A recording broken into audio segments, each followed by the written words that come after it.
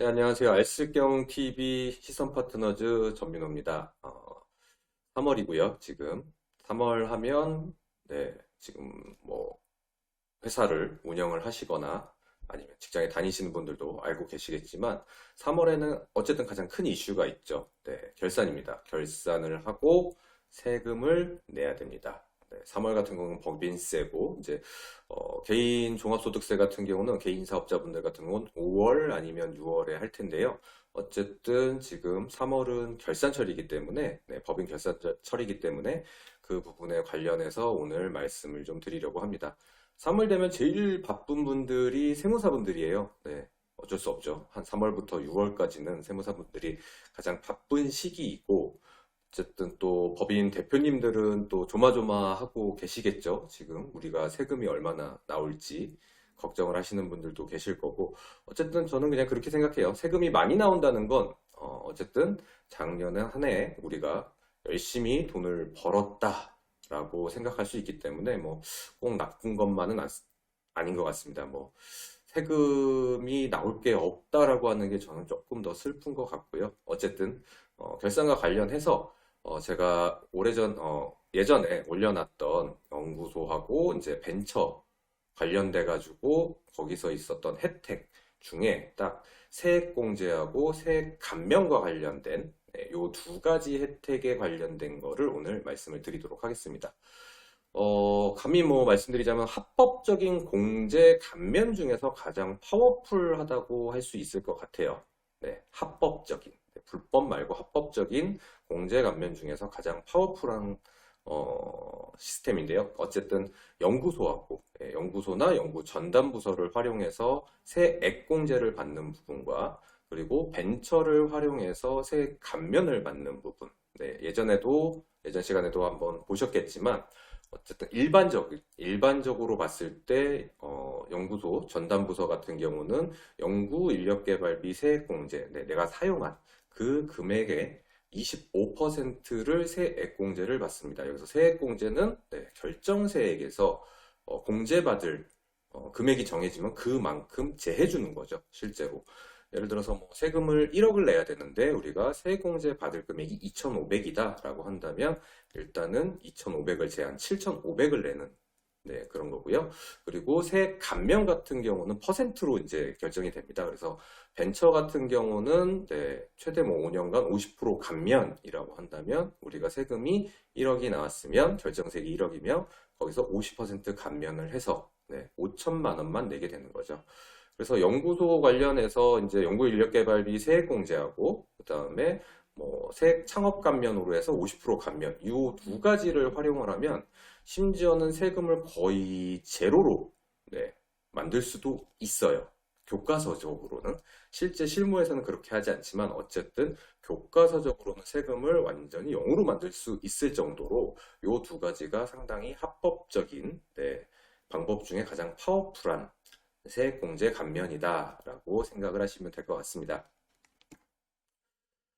네, 어쨌든 이 두 가지를 받기 위해서는 우리가 이 두 가지를 준비를 해야 되겠죠. 네, 기업부설연구소나 아니면 전담부서 인정서가 있어야 될 거고요. 벤처기업 확인서가 이 두 가지가 있어야 합니다. 그래서 오늘 말씀드릴 거는 이 두 가지를 전부 다 벤처기업 확인을 받으셨고 기업부설연구소나 전담부서를 인정을 받으신 기업들에 한해서 말씀을 드리는 거고요. 이 두 가지를 필수적으로 획득을 하셔야 됩니다. 그래서 연구소부터 말씀을 드릴게요. 연구 및 인력개발비 세액공제인데요. 제도 설명은 내국인의 연구개발 및 인력개발을 위한 비용 중 대통령령으로 정하는 비용에 대해서 일정률을 해당 과세연도의 소득세, 사업소득에 대한 소득세 또는 법인세에서 공제해주는 지원제도입니다. 여기서 볼 수 있듯이 이게 내가 개인 사업자인 경우에는 소득세에서 공제를 해주고요. 법인인 경우에는 이제 법인세에서 공제를 해주고 있습니다.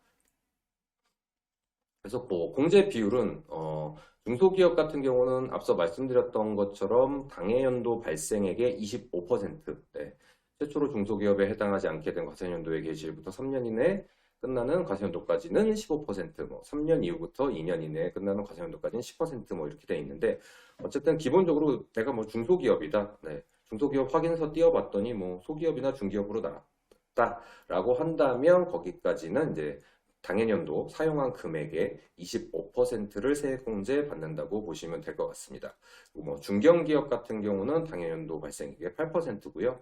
그냥 쉽게 얘기해서 우리가 연구소를 1월 1일 날짜로 연구소 인정을 받았어요. 연구소나 아니면 전담부서 인정을 받았다고 한다면 거기에 우리가 연구원 3명이 들어갔다라고 하면 그분들 연봉이 예를 들어서 1억이다. 세 분 다 합쳐서 그러면은 25% 2,500만 원의 세액공제를 받을 수 있게 됩니다. 물론 인력개발비, 인건비뿐만 아니라 여러 가지 다른 비용도 포함을 시킬 수는 있지만 어쨌든 그냥 간단하게 정리를 하자면 그렇게 되는 거고요.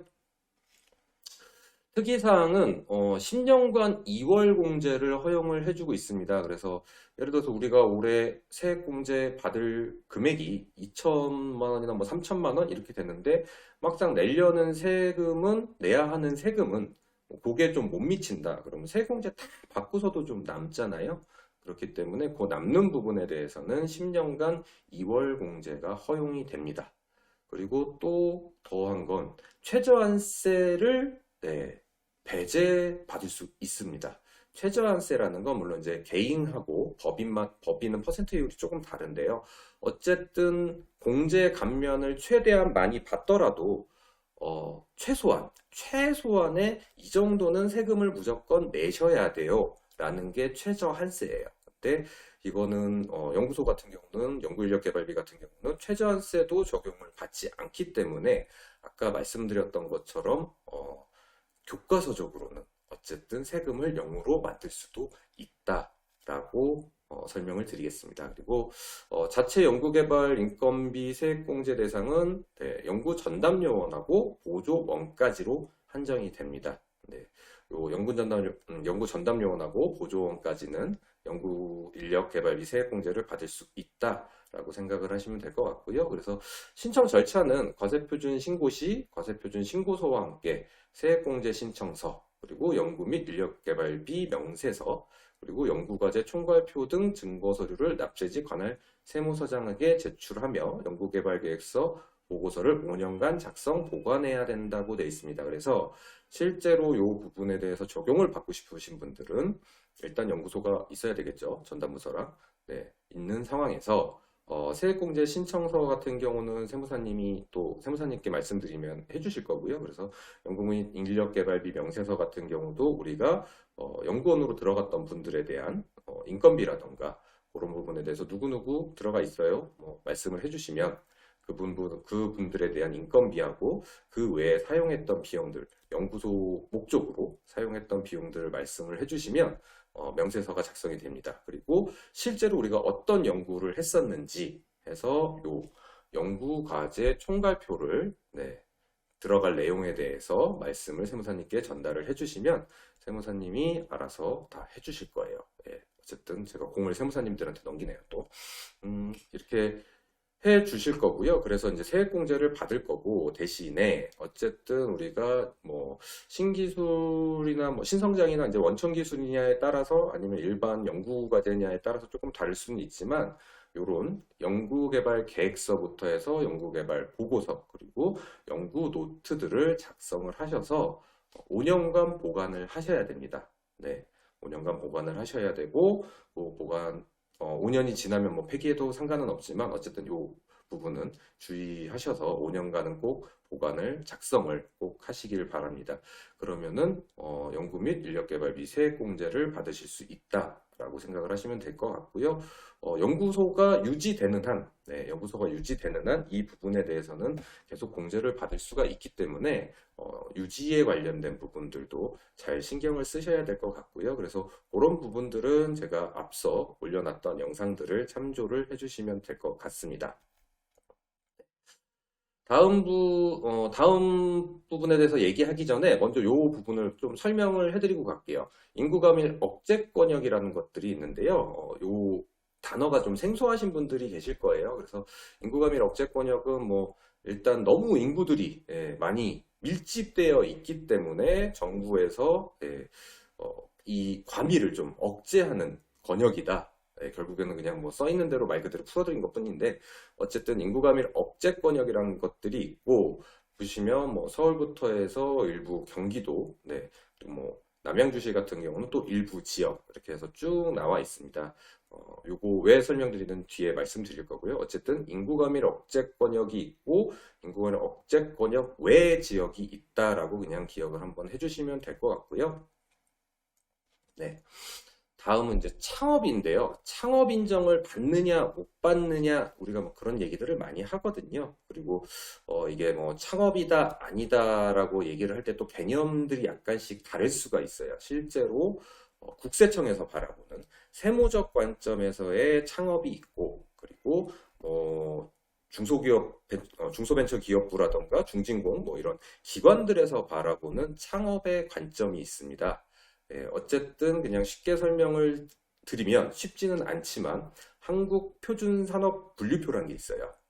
그래서 5자리거든요. 여기서 보시면 5자리인데 보통 대분류, 중분류, 소분류, 세분류, 세세분류 숫자에 따라서 그렇습니다. 제일 첫 번째 숫자가 대분류, 두 번째 숫자가 뭐 중분류, 세 번째 숫자가 소분류, 네 번째 숫자가 세분류, 다섯 번째 숫자가 세세분류입니다. 그래서 보통 정부 지원 사업과 관련된 창업은 기준이 좀 많이 완화가 돼서 마지막 사업자 코드, 표준 코드가 맨 마지막 부분만 틀려도 창업인데요. 세무적, 그러니까 국세청에서 이제 세무적 관점에서 봤을 때는 세분류부터 세세분류가 아닌 끝에 두 자릿수부터는 틀려야지 창업으로 인정이 됩니다. 앞에서 지금 인구 감밀 억제 권역에 대해서 설명을 드렸고요. 지금은 창업에 대한 설명을 드렸어요. 왜 그런지는 이제 보도록 하겠습니다. 조세특례제한법 제6조를 보시면요. 창업 중소기업의 세액 감면이라고 나와 있습니다. 그래서 앞서 말씀드렸던 것처럼 창업이 왜 중요하냐? 우리가 창업 인정을 받아야 이 세액 감면을 받을 수 있기 때문이에요. 그래서 창업이면서 우리가 창업 중소기업인 경우에는 소득에 대한 소득세 또는 법인세에 대해서 뭐 다음 각 호의 구분에 따른 비율을 곱한 금액에 상당하는 세액을 감면한다라고 돼 있습니다. 중간에 네모 박스 보시면 창업 중소기업의 경우 다음 항목의 구분에 따른 비율이 돼 있어요. 그래서 수도권 과밀 억제 권역 외의 지역에서 창업한 앞에서 과밀 억제 권역이 뭔지 말씀을 드렸죠. 그래서 과밀 억제 권역 외, 그 과밀 억제 권역이 아닌 그 밖에서 창업한 청년 창업 중소기업의 경우 100분의 100을 감면받을 수 있습니다. 나온 세금의 100%를 개인 사업자면 소득세 거고요. 법인 사업자면 법인세 거고요. 거기에 100%를 감면을 받으실 수가 있어요. 그래서 여기서 말하는 청년이라고 하면 세금 부분에서는 국세청 관점에서는 세금은 15세 이상 그리고 34세 이하에 창업을 하신 분들을 청년 창업이라고 합니다. 그래서 청년 창업 중소기업의 경우에는 인구 감밀 억제 권역 외에서 창업을 했다라고 한다면 100% 감면을 받으실 수가 있다. 아무것도 안 하고. 첫 번째 사업이라면, 내 첫 사업이라면 일단 내가 한 번도 사업자 등록증을 내본 적이 없다라고 하시면 무조건 첫 사업일 거고요. 그게 아니고 예전에 어떤 사업을 했었다라고 하더라도 이전에 살펴봤던 대분류, 중분류, 소분류, 세분류, 세세분류에서 세분류 코드만 다른 사업이라고 한다면 창업으로 인정이 돼서 요 혜택을 받으실 수 있다라는 겁니다. 그럼 청년이 아닌, 여기에 지금 나와 있진 않은데, 그럼 청년이 아닌 그냥 창업 중소기업이면 어떠냐라고 한다면, 인구 감밀 억제 권역 안에서는 감면을 받으실 수 있는 게 없고요. 실제로 인구 감밀 억제 권역 밖에서 창업을 하신 경우에는 청년이 아니더라도 50% 감면을 받으실 수 있습니다. 그리고 우리가 벤처에 관련돼서, 항상 뭐 벤처 앞에 영상에서도 살펴봤지만, 우리가 창업이면서, 창업 벤처인 경우에 창업 후 3년 이내에 벤처 확인을 받으신 분들 같은 경우에는 어쨌든 인구감밀 억제 권역 밖에서 청년이 아니어도 인구감밀 억제 권역 밖에서 50% 감면을 받았던 것처럼 인구감밀 억제 권역 안에서도 50% 감면을 받으실 수가 있어요. 창업 3년 이내에 벤처를 확인을 받으신 기업들 같은 경우에는. 근데 여기서 조심하셔야 될 게 어떤 분들은 그냥 벤처 받으면 다 무조건 감면 받으시는 걸로 알고 계시는 분들이 계세요. 근데 그렇지 않아요. 조세특례법을 잘 보시면 창업중소기업과 창업벤처중소기업의 범위는 다른 각 호의 업종을 경영하는 중소기업으로 한다라고 해서 이렇게 감면을 해주는 업종들이 쭉 나와 있습니다. 그래서 뭐 광업, 제조업, 수도, 하수 및 폐기물 처리, 건설업, 통신 판매업, 물류산업, 음식점 쭉 요 내용들이 나와 있고요. 그래서 그렇게 받을 수 없는 업종들 같은 경우는 또 이렇게 다 친절하게 설명이 되어 있습니다. 전문 과학 및 기술 서비스업 중에서도 뭐 변호사, 변리사, 회계사, 세무사, 수의업 이런 분들은 받을 수 없다라고 다 되어 있고요. 그리고 뭐 사업시설 관리, 사업지원 및 임대 서비스업 중 다음 각 목의 어느 하나에 해당하는 업종들에 관련된 것들도 쭉 나와 있습니다. 그래서 네, 받을 수 있는 것들 그리고 없는 것들에 대한 내용들이 쭉 나와 있고요. 그래서 한번 조세특례제한법을 한번 보시는 것도 좋고요. 세무사님께 요청을 해가지고 우리가 받을 수 있는 업종인지 아닌지 한번 보시는 것도 괜찮을 것 같고요. 대표적으로 도소매는 받을 수가 없어요. 그래서 가끔 이제 도소매인데 우리가 받을 수 있나요? 라고 연락이 오시는 분들이 있는데 굳이 그게 도소매 분들이 감면 때문에 창업 감면, 창업 벤처 감면 때문에 벤처를 하려고 알아보신다고 한다면 뭐 효용이 없기 때문에 다른 이유에서 벤처를 하신다면 모르겠지만 감면 부분에서는 효용이 없다라고 생각을 하시면 될 것 같습니다. 앞에서 살펴봤던 것처럼 어쨌든 우리가 창업이고 창업 벤처이고 그 다음에 세액 감면을 받을 수 있는 업종이다 라고 하신다면 이제부터 이 부분만 보시면 될 것 같습니다. 예전 영상에서 또 나왔던 내용이지만 벤처기업 유형이 세 종류가 있어요. 벤처 투자 유형이 있고 연구개발 유형이 있고 혁신성장 유형이 있습니다. 네, 뭐 5천만 원 이상 투자를 받아서 벤처 투자 유형으로 이제 벤처를 확인받으신 분들도 계실 거고 연구소로 해서 연구개발 유형으로 해서 뭐 확인을 받으신 분들도 계실 거고 혁신성장 유형으로 받으신 분들도 계실 거예요. 근데 여기서 주의하셔야 될 게 무조건 벤처를 받았다고 해서 전부 다 세액 감면이 50%가 되는 줄 알고 계시는 분들이 계세요. 절대 그렇지 않고요. 그래서 창업 감면 유형에 꼭 유의를 하셔야 됩니다. 네. 그래서 보시면 창업 중소기업 등에 대한 세액 감면 부분의 파란 박스 부분을 볼게요. 파란 박스를 보면 법 제6조 2항에서 대통령령으로 정하는 기업이란 다음 각 호의 1에 해당하는 기업을 말한다. 그래서 벤처기업 육성법에 관한 특별조치법에서 요 특별조치법의 요건을 갖춘 중소기업 같은 조 1항, 제1항 2호 남목에 해당하는 중소기업은 제외한다고 돼 있고요. 그리고 연구개발 및 인력개발을 위한 비용으로서 별표 6 이하 쭉쭉쭉 해서 과세연도의 수익금액의 100분의 5 이상인 중소기업이라고 돼 있습니다. 그리고 마지막에 5항에 보시면 제4항 2호의 규정은 무슨 규정에 의한 벤처기업 해당 여부의 확인을 받은 날이 속하는 과세연도부터 연구개발비가 동호회 규정에 의한 비율을 계속 유지하는 경우에 한하여 적용한다. 말이 되게 어렵게 돼 있죠. 근데 어쨌든 같은 조, 벤처기업 육성법에 관한 이 법의 조 제1항 제2호 남목에 돼 있는 게 어떤 건지 볼게요. 요거를 보면 벤처기업의 요건이에요. 이 법은 결국에는 벤처기업의 요건이 뭐냐라고 돼 있는데 그 중에 나를 볼게요. 다음에 어느 하나를 보유한 기업의 연간 연구개발비와 연간 총 매출액에 대한 연구개발비 합계가 차지하는 비율이 대통령령으로 정하는 기준 이상이고 쭉 나와 있습니다. 이 얘기가 뭐냐면 아까 말씀드렸던 것처럼 우리가 벤처 투자 유형, 연구개발 유형, 그 다음에 혁신성장 유형이 있어요. 근데 이 중에 연구개발 유형에 대해서 지금 나타내는 거거든요. 그래서 보시면 다시 앞으로 돌아가서 이 벤처기업 육성법에 관한 요건을 갖춘 중소기업 중 연구개발 유형은 제외한다라는 결론이 나옵니다.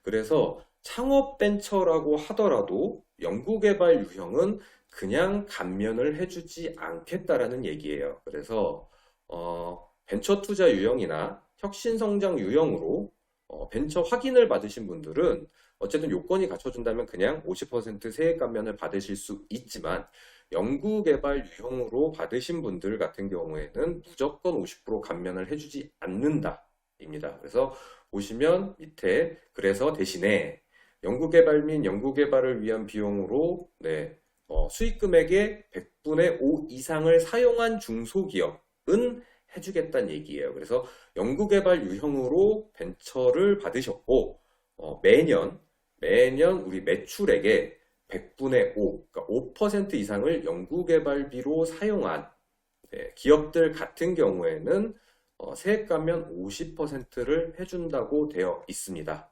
네, 여기까지 최대한 쉽게 설명드리려고 했는데 이해를 하셨는지 모르겠네요. 어쨌든 벤처 창업 감면은 유형을 꼭 유의를 하셔야 됩니다. 그래서 내가 어떤 유형으로 받았는지 쭉 확인을 하셔야 되고요. 그래서 보시면 벤처기업 확인서에도 보시면 확인 유형이 혁신 성장 유형이라고 되어 있죠. 여기에 나옵니다.